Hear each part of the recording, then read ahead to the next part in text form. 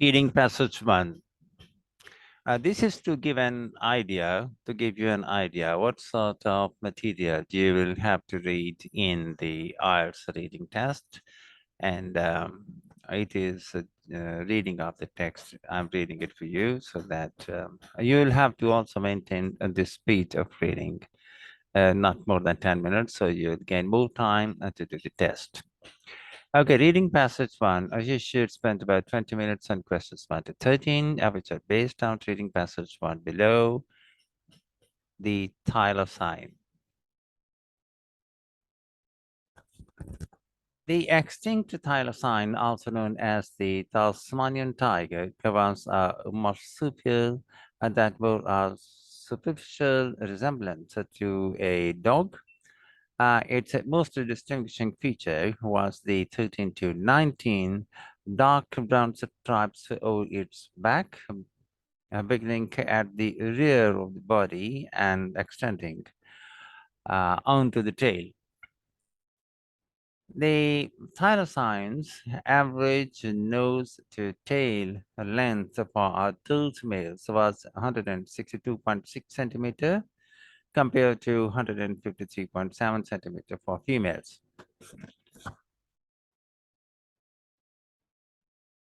The thylacine appeared to occupy most types of terrain except dense rainforest with open eucalyptus forest thought to be its prime habitat.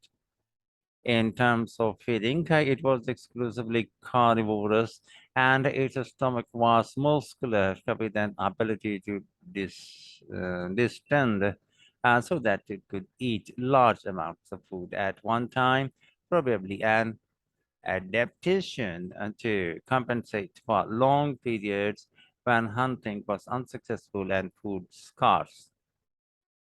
The thylacine was not a fast runner and probably caught its prey by exhausting it during long pursuit. During long distance chases, thylacines were likely to have relied more on scent than any other sense. They emerged to hunt during the evening, night, and early morning and tended to retreat to the hills and forests for shelter during the day. Despite the common name tiger, the thylacine had a shy, nervous temperament. Although mainly nocturnal, it was sighted moving during the day, and some individuals were even recorded basking in the sun. The thylacine had an extended breeding season from winter to spring, with indications that some breeding took place throughout the year. The thylacine, like all marsupials, was tiny and hairless when born. Newborns crawled into the pouch on the belly of their mother and attached themselves to one of the four teats, remaining there for up to 3 months. When old enough to leave the pouch, the young stayed in a lair, such as a deep rocky cave, but hidden nest, well-hidden nest, or hollow log, which the mother hunted. Approximately 4,000 years ago, the thylacine was widespread throughout New Guinea and most of mainland Australia, as well as the island of Tasmania. The most recent well-dated occurrence of a thylacine on the mainland is a carbon-dated fossil from Murray Cave in Western Australia, which is around 3,100 years ago old. Its extinction coincided closely with the arrival of wild dogs called dingoes in Australia and a similar predator in New Guinea. Dingoes never reached Tasmania, and most scientists see this as the main reason for the thylacine's survival there.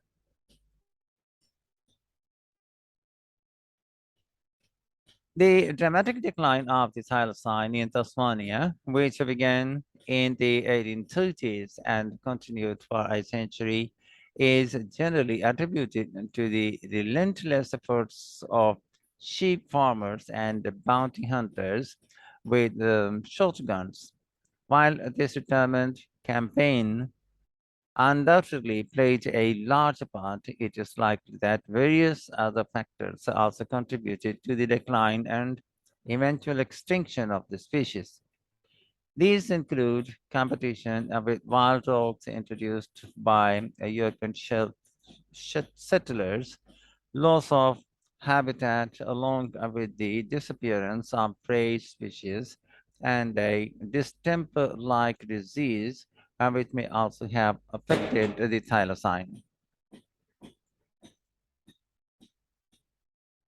There was only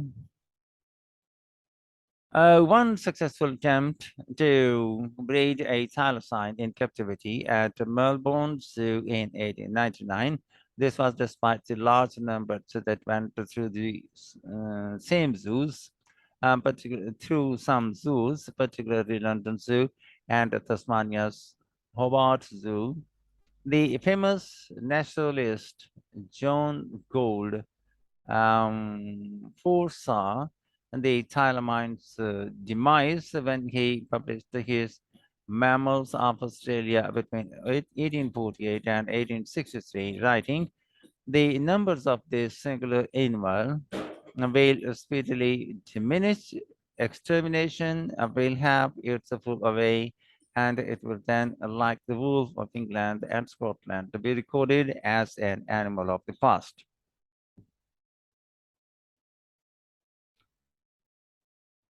However, there seems to have been a little public pressure to preserve the thylamine, nor was much concern expressed by scientists at the decline of the species in the decades that followed.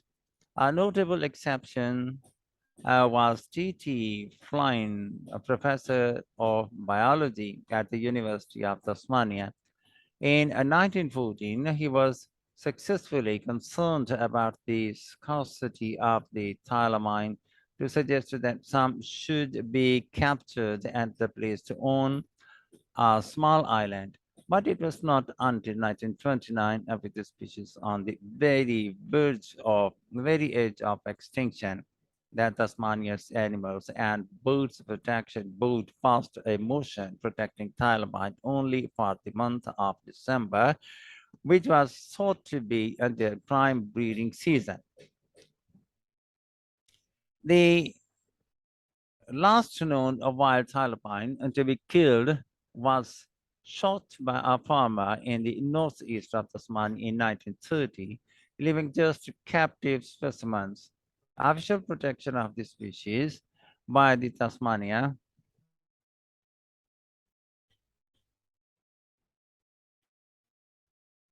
species by the Tasmanian government was introduced in July 1936, 59 days before the last known individual died in Hobart Zoo on 7 September 1936.